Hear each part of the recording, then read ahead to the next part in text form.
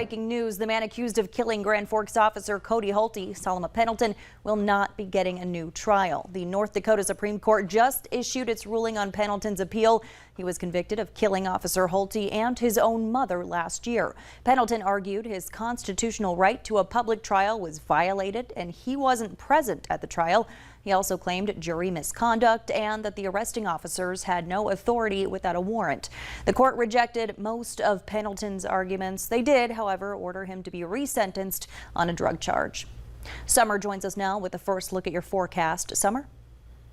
Thank you so much, Stacy, and good afternoon, everyone. Happy Thursday. We've been warming things up today, and that wind has been gusty out of the south. You can see those flags just whipping at the Dakota Magic Casino in Hankinson towards the North Dakota-South Dakota border. Temperatures are on the warm side. We're in the 70s and 80s across the board. 82 right now here in Fargo, 84 in Grand Forks, 89. So close to that 90-degree mark in Jamestown right now. Let's take a look at temperatures region-wide, where it's definitely warmest down to the south and west. Bismarck just hit 100 degrees, so toasty off to the west. 86 right now, Devil's Lake. Cooler in northern Minnesota, where we've got some upper 70s. We have had a gusty wind today as well out of the south. That's been pumping in that moisture for a humid day and that heat. Recent gust to 35 miles per hour in Fargo, gusting to 32 miles per hour in Jamestown. For tonight, the good news, I do expect some quiet conditions and clear skies. The wind decreases ever so slightly later this evening. But Stacy, tomorrow, a first alert weather day has been declared. It's going to be even hotter, a little more on the humid side, with strong to severe thunderstorms possible with heavy rain. Details coming up here in just a little bit. All right, thanks so much, Summer. You're looking live now at a farm in Manville, North Dakota in Grand Forks County. Firefighters are cleaning up after a fire. It started just before 2 p.m. at 1582 Freedom Avenue Northeast. Firefighters tell us hay is what initially started on fire. They haven't determined exactly how. Then the fire moved to a goat shed. No people or animals were hurt. Another issue on I-94, starting around 8:30 tonight, there will be a closure in the westbound lane of 94 in Moorhead. Crews will be removing concrete barriers and barrels along the road overnight. The eastbound lane will have a closure around the 34th Street and County Road 52 exits through Saturday, and another round of closures will begin next week in both directions near the Moorhead Airport exit. Flags are at half-staff today for Congresswoman Jackie Wallerski. The Indiana Republican was killed yesterday in a head-on crash. 2 of her staff members were also killed in the crash, and the driver of the car that struck them was killed. Wallerski was first elected to Congress in 2012 and was running for a 6th term this fall. She was just 58 years old. A Russian court has sentenced U.S. basketball star Brittney Griner to 9 years in prison. The judge found her guilty of possessing and smuggling narcotics when she flew to Moscow in February. Before the verdict, she offered an apology to the court. I made an honest mistake, and I hope that in your ruling that it doesn't end my life here. I never meant to hurt anybody. I never meant to put in jeopardy the Russian population. I never meant to break any laws here. Griner's lawyers argued the Phoenix Mercury Center and 2-time Olympic gold medalist inadvertently packed the cannabis canisters. Medical marijuana is legal in Arizona. Officials are still negotiating a prisoner swap, but Russia is now asking for the release of a Russian assassin held by another country. The White House is calling it, quote, bad faith attempt to avoid the deal that's on the table. As the situation unfolds, the world is also watching the first grain ship to leave Ukraine since Russia started its war nearly 6 months ago.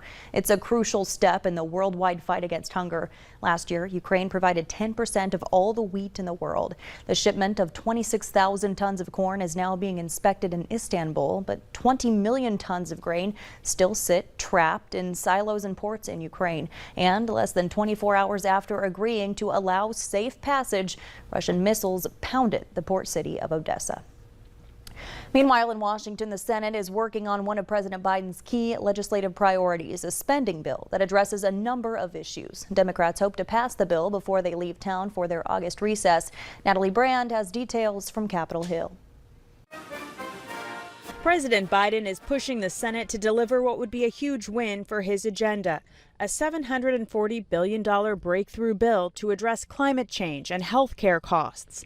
Democrats say it would be the single biggest climate investment in U.S. history. The reviews from the inflation experts and the climate experts are all saying that this bill will have a major impact in both areas. The bill is dubbed the Inflation Reduction Act, but Republicans argue it will do the opposite. You look at electricity costs, you look at gasoline costs, you look at food costs, none of that is going to be addressed or dealt with by big fat tax increases on companies in this country that create jobs, because we all know that's going to get passed on. With no GOP support, the Senate Majority Leader needs all Senate Democrats on board in order to pass the measure through the budget reconciliation process. After striking a deal with West Virginia's Joe Manchin last week, Democrats still need to win over Senator Kyrsten Sinema. There are reports she's pushing back on one of the proposed tax provisions to scale back an existing tax break known as carried interest for investment fund managers. The Arizona Democrat also wants more money for drought programs. We'll be exchanging texts back and forth, and that she's always been that. She's extremely bright, she works hard, she makes a good decision based on facts, and I'm relying on that. Key elements of the legislation include major investments in climate, tax credits for clean energy, a provision to allow Medicare to negotiate prescription drug prices, and tax revenue raised by a 15% corporate minimum tax. Natalie Brand, CBS News, Capitol Hill. The Senate parliamentarian still hasn't ruled on whether the Inflation Reduction Act complies with the Byrd Rule, which determines what can be included in the budget reconciliation process. In today's Consumer Alert, the Insurance Institute for Highway Safety tested its next batch of vehicles against a taller, heavier, faster barrier like the trucks and SUVs out on the road today. Some of the most popular cars in the country didn't fare so well. Midsize cars struggled in the crash test. Part of our redesign of the barrier was to emulate the pickup trucks and the large SUVs that are out there in the real world that are the striking vehicles in many of these crashes. In the test group, the only Subaru Outback earned a good rating. IIHS says one reason for some cars' disappointing performance is the lower ride height. Airfares have gone sky high in recent months, and airlines have been shrinking the size of their seats for years. Now, the FAA is asking for public feedback on the size and safety of airline seats. Chris Van Cleve brings us the story from Washington's Reagan National Airport. To study the safe size of airline seats, the FAA used this simulated cabin. In 2019, they showed us it can be filled with smoke and plunged into darkness. But that's not how the agency did its testing. We're going to try to minimize the variables to the ones that are important for this particular test. Leave everything, come this way! The volunteer passengers who participated in simulated evacuations did have varying seat sizes, but did not have to deal with real-life obstacles like bags, smoke, comfort animals, or the dark. And they were in groups of 60. That's fewer people than are on many regional jets. The FAA found seat size and spacing did not adversely affect the success of emergency evacuations. But because all participants were able-bodied adults under 60, then FAA Administrator Steve Dixon acknowledged the results are useful but not necessarily definitive. This was not representative of the flying public. Congressman Steve Cohen authored the legislation requiring the seat size study. The American public is becoming more and more obese, and the seats are getting smaller and smaller. Do you worry that you wouldn't be able to get out quickly if you needed to? And indeed, I do. Airline seat width is down as much as 4 inches over the last 30 years to as little as 16 inches wide. And seat pitch has shrunk from about 35 inches to 31, and in some cases as little as 28 inches, allowing airlines to add more seats they can then sell. The group Flyers Rights estimates only about 25% of passengers, 1 in 4, actually fit in those seats. And more than half of flyers in a recent survey were dissatisfied with the legroom in economy. What do you think of the size of airline seats right now? I think they're tiny. I'm 5'9", and I typically fly with my knees to my chest for several hours long. It's challenging. On average, I think that the seats are too small. That would be a great improvement to have the seats much larger for everybody. The FAA says it's focused on identifying the minimum seat spacing necessary to safely evacuate an airliner in 90 seconds. Its review of 10 years of incidents found the overall level of evacuation safety was very high. Human behavior, of course, is a critical factor if a plane must be evacuated in 90 seconds or less. When American Airlines Flight 383 had an engine fire on takeoff in 2016, it took nearly 2.5 minutes to get everyone off, in part because passengers grabbed their luggage.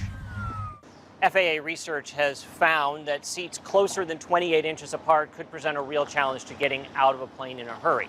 As they draft new regulations setting this minimum seat size, they have a public comment period open for 90 days, but the agency only wants to hear about safety. They are not interested in comments about comfort. Chris Van Cleve, CBS News, Washington.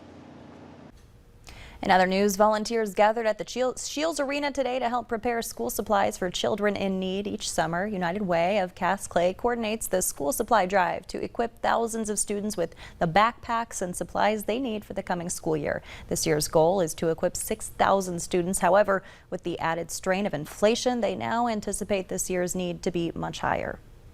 They have access to this support service and they can be relieved to know that their children will go back to school this fall with a backpack full of supplies, and they can be eager to learn, ready to learn, and then also feel like they fit in with their peers too.